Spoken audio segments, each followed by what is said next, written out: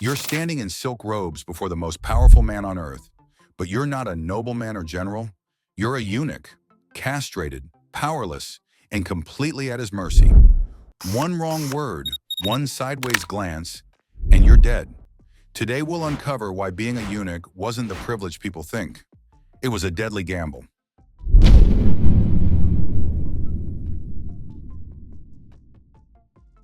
The journey to the emperor's court began with unimaginable pain. Most eunuchs didn't choose their fate. They were either forced into it as children or subjected to castration as punishment for crimes. In imperial China, desperate families sometimes sold their sons to court officials, believing palace service would lift them from poverty. What they didn't realize was that they were condemning their children to a life of suffering. The castration process itself was brutal and often fatal.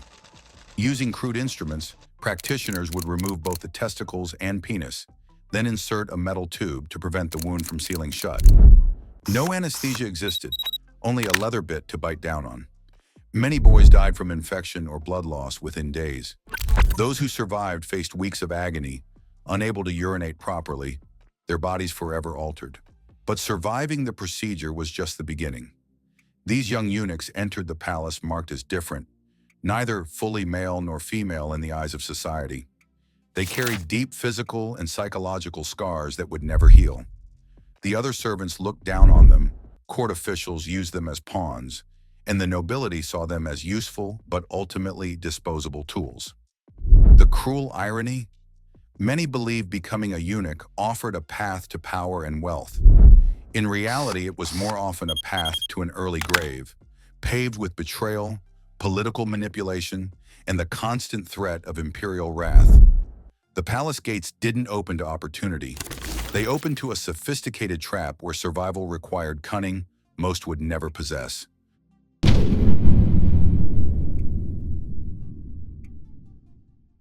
Welcome to your new reality, the Emperor's Palace, where every moment is a performance and every performance could be your last.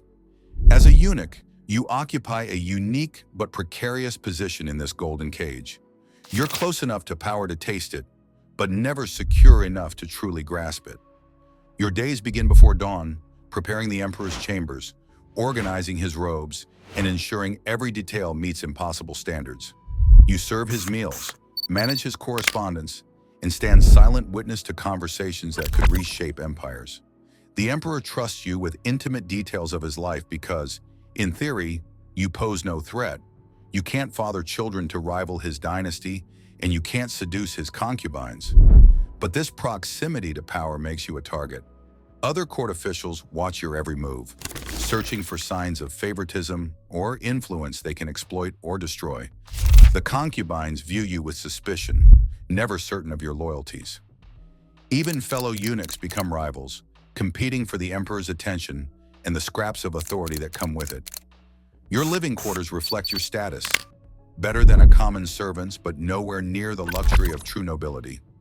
You sleep in small chambers near the imperial quarters, always on call, always alert. Privacy doesn't exist. Palace spies monitor everyone, and your conversations, relationships, and even your dreams could be reported to those who decide your fate. The hierarchy is rigid and unforgiving. One eunuch might rise to become the emperor's most trusted advisor, while another remains forever relegated to menial tasks, their potential buried under layers of court politics and personal vendettas.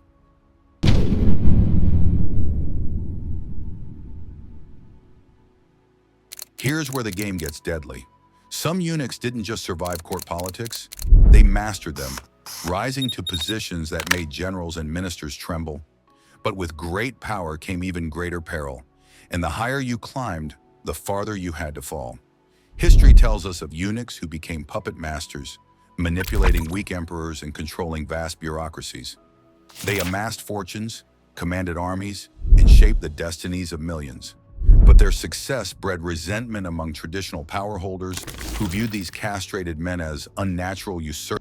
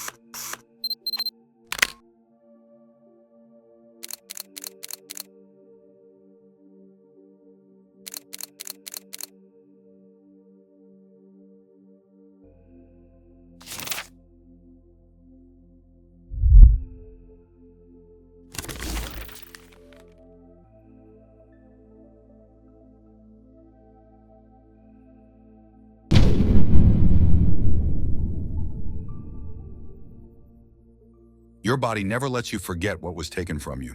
The physical consequences of castration haunted eunuchs throughout their lives, creating vulnerabilities that enemies could exploit and suffering that never truly ended. Without testosterone, your bones grow weak and brittle. Simple falls that wouldn't injure others could leave you bedridden for months. Your muscles lack the strength of intact men, making you physically vulnerable in a court where violence lurked beneath polished surfaces. Hot flashes, mood swings, and chronic fatigue become constant companions, affecting your ability to think clearly during crucial political moments. The surgical site often causes lifelong complications.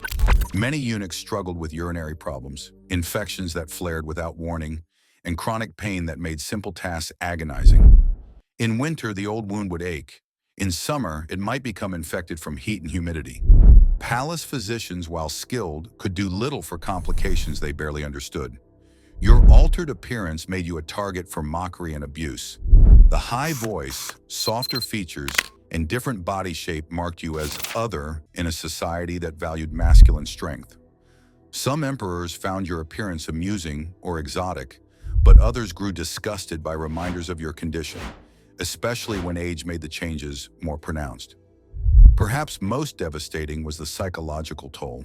Depression was common among eunuchs, as was a peculiar form of rage that came from being forever barred from normal human experiences. Some channeled this into ruthless ambition, others simply endured, counting days until death would end their suffering.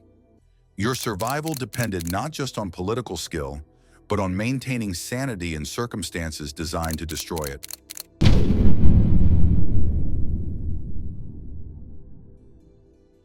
Your life hangs by a thread, and that thread is held by a man who considers himself a living god. The emperor's mood determines whether you wake up tomorrow in silk robes or a cold grave, and imperial moods are as unpredictable as storms. Chinese history overflows with accounts of emperors who executed eunuchs for infractions as minor as stuttering during a report or failing to anticipate an unspoken desire. Emperor Wu of Han once had dozens of eunuchs buried alive simply because he suspected, without evidence, that they were gossiping about his concubines. Another ruler ordered mass executions when he discovered that eunuchs had been placing bets on palace catfights. Your survival depends entirely on reading micro-expressions, understanding unspoken commands, and anticipating needs before they're voiced. But even perfection offers no guarantee of safety. Paranoid emperors might eliminate competent eunuchs precisely because their competence made them seem threatening. Others might execute favorites to demonstrate power or appease political factions demanding blood. The methods of punishment were designed to terrify: slow strangulation, being boiled alive, or the infamous death of 1,000 cuts. Some emperors preferred psychological torture, forcing condemned eunuchs to watch the execution of their friends and family members before meeting their own fate. Others enjoyed creative cruelties like forcing eunuchs to eat the severed genitals of newly castrated boys. Mass purges could sweep through the palace overnight. A single rumor of conspiracy, a dream interpreted as an omen, or simply an emperor's desire to start fresh, could result in hundreds of eunuchs dying simultaneously. Your loyalty, your skills, your years of faithful service, none of it mattered when imperial paranoia reached fever pitch.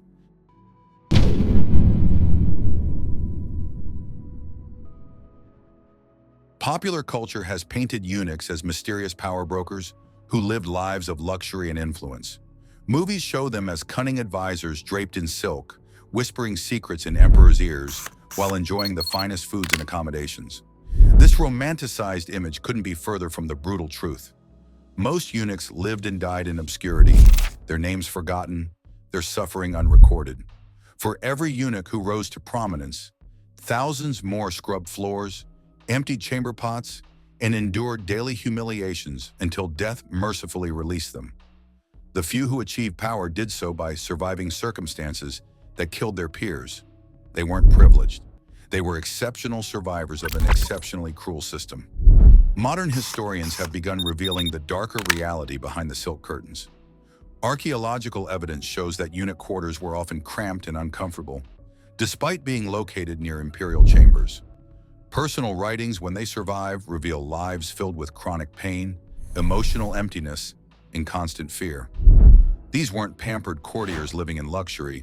They were traumatized individuals navigating a system designed to exploit their vulnerability. The misconceptions persist partly because successful eunuchs left more historical records than their suffering counterparts.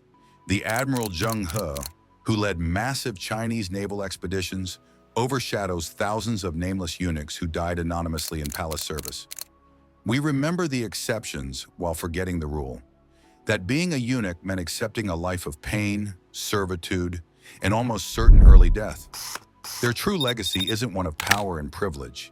It's a testament to human resilience in the face of systematic cruelty, and a reminder that proximity to power often comes at the ultimate cost.